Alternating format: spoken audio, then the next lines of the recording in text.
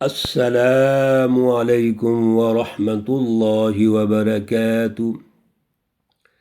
اعوذ باللہ من الشیطان الرجیم۔ بسم اللہ الرحمن الرحیم۔ وَإِنَّهُ لِحُبِّ الْخَيْرِ لَشَدِيدٌ أَفَلَا يَعْلَمُ إِذَا بُعْثِرَ مَا فِي الْقُبُورِ وَحُصِّلَ مَا فِي الصُّدُورِ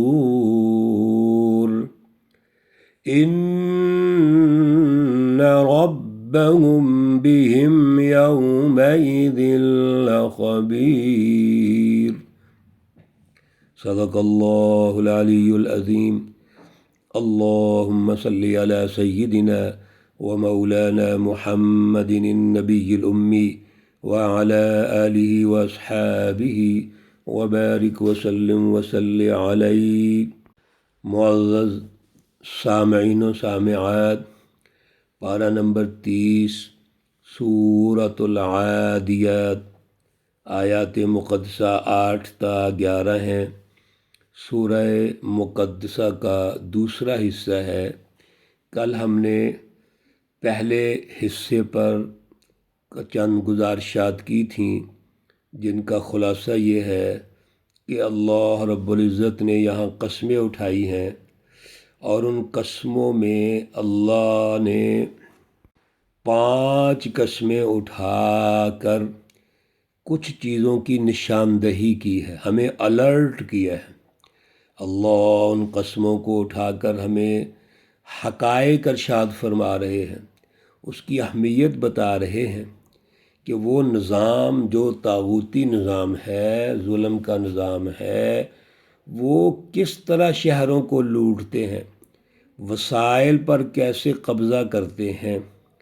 اصل میں ساری قسمیں اٹھا کر پھر اللہ نے 3 جواب قسم دیے ہیں، اور جواب قسم اور قسموں کی مطابقت سامنے رکھیں گے تو پھر ہمیں یہ بات سمجھ آ جائے گی کہ وہ ہیں کیسے۔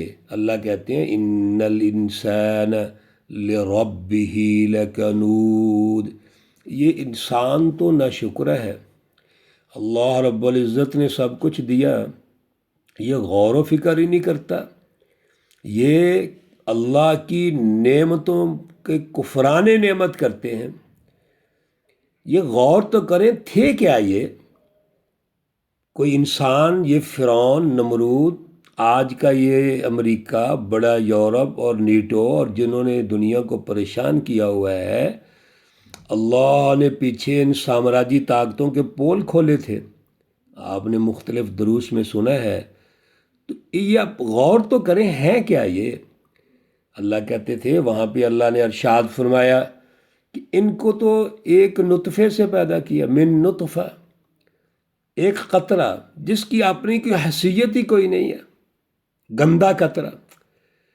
بھائی تم یہ جتنے انسان ہیں اسی طرح پیدا ہوئے ہیں نا، پھر دنیا کو لوٹتے بھی ہو، ظلم بھی کرتے ہو، تکبر بھی کرتے ہو، اور کہتے ہو کہ کون ہے ہمیں پوچھنے والا، جو چاہیں ہم کر دیں۔ کتنے بڑے ناشکرے ہیں۔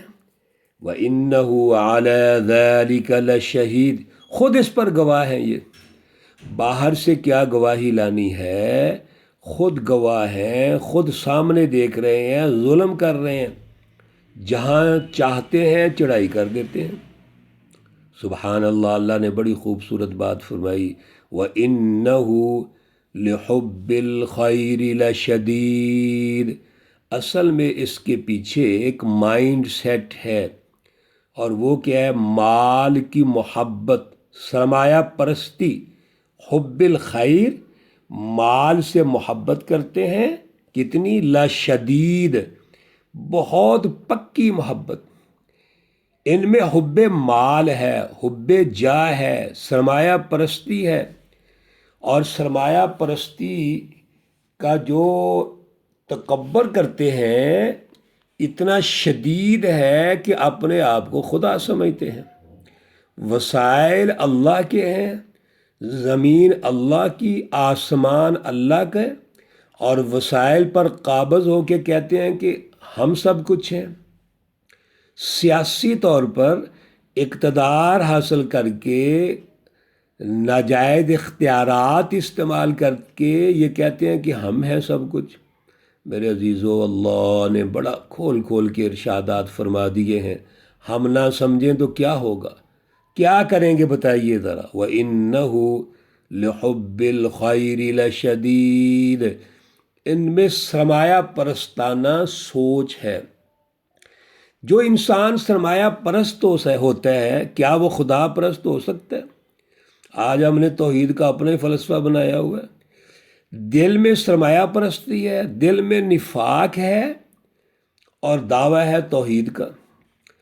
آج دنیا کے اندر جتنے مسلمان ممالک ہیں، حکمران ہیں، جو ایجنٹی کا کردار ادا کر رہے ہیں، امریکہ اور اسرائیل کے چھتری کے نیچے اتحاد بلاک بنا رہے ہیں اور حملے مسلمان ملکوں پہ۔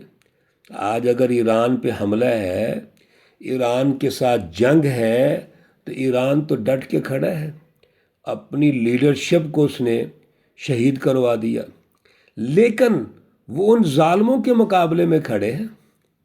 بتائیے کہ ایران پر حملے کہاں سے ہو رہے ہیں؟ اسرائیل کہاں سے حملے کر رہا ہے؟ امریکہ اس کی پشت پناہی کر رہا ہے۔ اسرائیل نے غزہ کو تباہ کر دیا، فلسطین کو تباہ کر دیا، چھوٹے چھوٹے بچے، معصوم بچے اور عورتوں کو قتل و غارت کیا، شہید کیا ہے انہوں نے۔ اور آج مل کر اسرائیل اور امریکہ اور اس کے ساتھ اتحاد کون کر رہا ہے؟ ہماری مسلم ریاستیں، اور اتحاد کر کے ایران کو تباہ کرنا چاہتے ہیں۔ انہوں نے لیبیا تباہ کر دیا، عراق تباہ کر دیا، افغانستان تباہ کر دیا، شام تباہ کر دیا، اب ایران تباہ کر رہے ہیں۔ جو اسرائیل کے مقابلے میں اٹھتا ہے اس کو تباہ کر دیتے ہیں۔ اور تباہ کس کے چھتری کے نیچے کر رہے ہیں؟ آج کے طاغوت کی، ناشکرے جو سرمایہ پرست ہیں۔ یاد رکھو، اللہ فرماتے ہیں افلا یعلم، کیا یہ جانتا نہیں؟ اذا بعثر ما فی القبور، جب کوریدا جائے گا جو کچھ فی القبور، قبر کی جمع ہے قبروں میں، جس وقت اللہ ان کو قبروں سے اٹھائیں گے اور قبروں سے اٹھا کر اپنے سامنے پیش کریں گے۔ آج تو تمہارے پاس اختیارات ہیں تو تم جو چاہو کر رہے ہو، لیکن کیا اللہ سے بھاگ جاؤ گے؟ کیا ایسا ممکن ہے؟ نہیں ہے ممکن۔ پیچھے ہم نے پڑھا سورۃ الزلزال میں فَمَن يَعْمَلْ مِثْقَالَ ذَرَّةٍ خَيْرًا يَرَهُ، تم ذرہ پر بھی کوئی عمل کرتے ہو، جد و جہد کرتے ہو ان سامراجیوں کے خلاف، ظلم کے خلاف، اللہ وہ بھی دیں گے، بدلہ دیں گے اس کا۔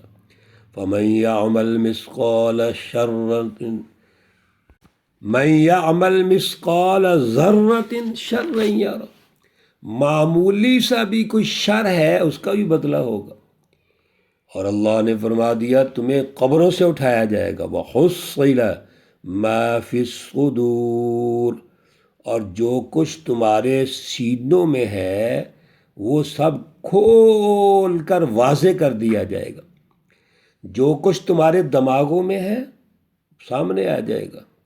رسول اللہ صلی اللہ علیہ وسلم کے خلاف محاذ بنایا ابو جہل کی قیادت میں، اور مشورے کرتے ہیں دار الندوہ میں بیٹھ کے، وہ سب نظر آ جائے گا۔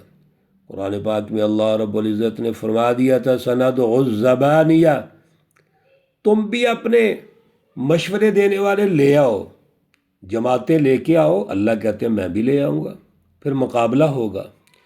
میرے عزیزو یاد رکھو، آج سچی جماعتیں خواہ وہ ایک ہیں، دو ہیں، اکیلی ہیں، وہ مقابلہ کریں گی، ڈٹ جائیں گی۔ اصل میں ثابت قدمی دیکھنی ہوتی ہے، اور یہ ثابت قدمی جن میں جماعتوں میں ہوگی، اللہ ضرور کامیاب، آج نہیں تو کل ضرور کامیاب کریں گے۔ اور یہ دنیا کے اندر یہ سامراجی صہیونی طاقتیں کامیاب بھی ہو گئے، اللہ کہتے ہیں قیامت کے دن میں ان کا احتساب کر لوں گا، لیکن سچ پہ قائم تو رہنا ہے، اللہ کی رہنمائی پہ کھڑے تو رہنا ہے، عدل کے نظام کے قیام کے لیے ان طاقتوں کے مقابلے کے لیے جد و جہد تو کرنی ہے۔ باقی اللہ امتحان بھی لیتے ہیں، ہر چیز کا ایک وقت ہے، ہر وقت میں جو بھی اللہ دنیا میں ہو، دنیا میں ان کا احتساب ہو جائے گا، اور اگر ابھی وقت نہیں آیا تو اللہ ان کا احتساب قبروں سے اٹھا کے لیں گے۔ وَحُصِّلَ مَا فِي الصُّدُورِ، جو کچھ ان کے سینوں میں ہے سب کھل کے سامنے آ جائے گا۔ إِنَّ رَبَّهُمْ، سنیے ذرا، ہم سمجھتے ہیں اللہ خبردار نہیں ہے، اللہ کو پتہ نہیں ہے، نہیں، ان بے شک ربہم، ان کے رب کو، بہم ان کی، یومئذ اس دن، لخبیر سب خبر ہے۔ کیا اللہ کو خبر نہیں کہ آج اس مشرق وسطیٰ میں، مڈل ایسٹ کے میں اور اس خطے میں کیا ہو رہا ہے؟ کس طرح ملکوں کے اندر جا کر حملے کر رہے ہیں، تباہیاں مچا رہے ہیں، فساد فی الارض کر رہے ہیں، انسانوں کو قتل کر رہے ہیں، بے معصوم بچوں کو مار رہے ہیں، تو کیا اللہ کو پتہ نہیں ہے؟ سب اللہ کے علم میں ہے، لیکن اللہ بڑے طریقے سے احتساب کرتے ہیں، انشاءاللہ دنیا میں بھی کریں گے، آخرت میں بھی کریں گے۔